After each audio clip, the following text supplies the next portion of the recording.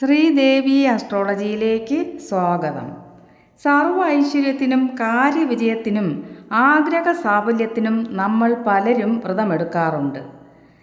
എല്ലാത്തിനുമുപരി ആരോഗ്യവും സമാധാനവും മക്കൾക്കുയർച്ചയും ഉണ്ടാകാനായിട്ടാണ് അമ്മമാർ മിക്കവാറും വ്രതമെടുക്കാറുള്ളത്. ധാരാളം വ്രതങ്ങൾ ഉണ്ടെങ്കിലും ഷഷ്ഠിവ്രതം വ്രതങ്ങളിൽ വച്ച് ഉത്തമം തന്നെ.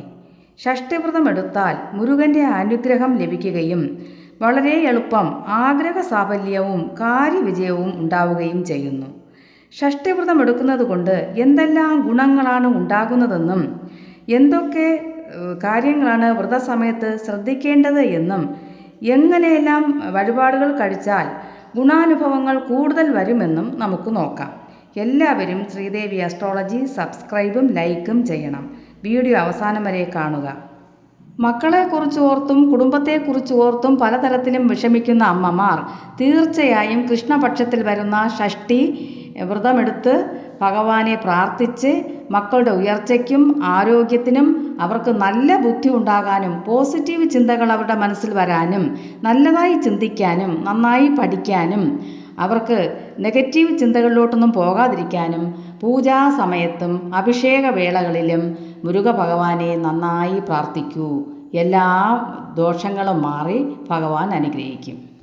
ക്ഷേത്ര ദർശനം നടത്തുമ്പോൾ പാലഭിഷേകമോ പനിനീർ അഭിഷേകമോ കരിക്കിൻ വെള്ളം അഭിഷേകമോ ഭസ്മ അഭിഷേകമോ ഏതെങ്കിലും ഒന്നെങ്കിലും നടത്തി പ്രാർത്ഥിക്കുക. അത് വളരെ ഐശ്വര്യമാണ്. വളരെ എളുപ്പം ഫലപ്രാപ്തി ലഭിക്കും. ഇനി നിങ്ങൾക്കൊരു സ്വന്തമായി ഒരു വീടില്ല, സ്വന്തം പേരിൽ ഭൂമിയില്ല എന്നൊക്കെയാണെങ്കിൽ സുബ്രഹ്മണ്യ ഭഗവാനോട് പ്രാർത്ഥിച്ചാൽ അതെല്ലാം നടക്കും. മഹാസ്കന്ദഷഷ്ഠി തുലാമാസത്തിൽ വരുന്ന മഹാസ്കന്ദഷഷ്ഠി വ്രതം എടുത്ത് പ്രാർത്ഥിച്ചാൽ 6 ദിവസത്തെ ഷഷ്ഠിവ്രതം എടുത്ത് മത്സ്യം മാംസം ഇവ ഉപേക്ഷിച്ച് അരി ആഹാരവും ലളിതമായ ഭക്ഷണങ്ങളൊക്കെ കഴിച്ച് വ്രതമെടുത്താൽ മതി. തലേ ദിവസം മാത്രം ഒരിക്കലൂണ്, അല്ലാതെ ലളിതമായ ഭക്ഷണങ്ങൾ കഴിച്ച് 6 ദിവസത്തെ വ്രതം നോറ്റാൽ രാവിലെ എഴുച്ച് കുളിച്ച് ശുദ്ധവസ്ത്രം ധരിച്ച് ഭഗവാന്റെ നാമങ്ങൾ മാത്രം എപ്പോഴും നിരന്തരം പറഞ്ഞ് കീർത്തനങ്ങൾ കേൾക്കുകയും ഓം വജൽപുവേ നമ, ഓം ശരവണഭവ, ഓം സുബ്രഹ്മണ്യായ നമ, മുരുകന് ഹരഹരോഹര, സുബ്രഹ്മണ്യന് ഹരഹരോഹര, വേലായുധന് ഹരഹരോഹര, സ്കന്ദന് ഹരഹരോഹര തുടങ്ങിയ സുബ്രഹ്മണ്യ പ്രീതികരമായ നാമങ്ങളൊക്കെ പറഞ്ഞ് ഭഗവാനെ നല്ലവണ്ണം പ്രാർത്ഥിച്ചാൽ നമ്മുടെ ദുഃഖങ്ങളൊക്കെ മാറും, നമ്മുടെ കുടുംബം രക്ഷപ്പെടും. മാസത്തിൽ വരുന്ന ഷഷ്ഠിവ്രതം എടുക്കുന്നവർ വ്രതം തുടങ്ങേണ്ടത് തലേ ദിവസം പഞ്ചമി ദിവസം, പിറ്റേ ദിവസം ഷഷ്ഠി. ഒരു നേരം അരിയാഹാരം കഴിച്ച് മത്സ്യം മാംസം മുട്ട വെളുത്തുള്ളി ഉള്ളി തുടങ്ങിയ വസ്തുക്കളൊക്കെ ഉപേക്ഷിച്ച് ലളിതമായ രീതിയിൽ ഭക്ഷണം കഴിച്ച് വ്രതം എടുക്കാവുന്നതാണ്. രാവിലെ എണീറ്റ് കുളിച്ച് ശുദ്ധവസ്ത്രം ധരിച്ച് ക്ഷേത്ര ദർശനം നടത്താൻ സാധിക്കുന്നവർ ക്ഷേത്രത്തിൽ പോയി മുരുകൻ്റെ നാമങ്ങളൊക്കെ പറഞ്ഞ് ഭഗവാനെ നന്നായി പ്രാർത്ഥിക്കുക. അത് വളരെ ഉത്തമമാണ്. ഇനി ക്ഷേത്രത്തിൽ പോകാൻ പറ്റിയില്ല എന്നിരിക്കട്ടെ, മുരുകൻ്റെ ചിത്രത്തിനു നേരെ ചുമന്ന പുഷ്പങ്ങളും മഞ്ഞ പുഷ്പങ്ങളും ഒക്കെ സമർപ്പിച്ച് ഭഗവാനെ നാമങ്ങൾ പറഞ്ഞ് പ്രാർത്ഥിച്ചാലും എല്ലാ ഗുണാനുഭവങ്ങളും ലഭിക്കും.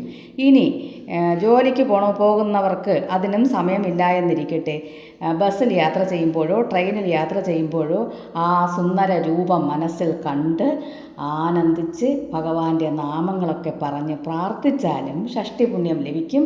നമുക്കും സർവ്വ ഐശ്വര്യങ്ങളും ഉണ്ടാകും, ആഗ്രഹ സാഫല്യവും ഉണ്ടാകും.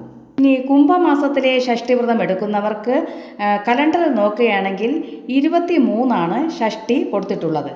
ഫെബ്രുവരി 22, 23 തീയതികളിൽ ഷഷ്ഠി തിഥി ഉണ്ട്. അതുകൊണ്ട് ഞായറാഴ്ച, അതായത് തലേ ദിവസം ഷഷ്ഠിവ്രതം എടുക്കാം. കേരളത്തിൽ മിക്ക ക്ഷേത്രങ്ങളിലും ഫെബ്രുവരി 22 തീയതിയാണ് ഷഷ്ഠിവ്രതം.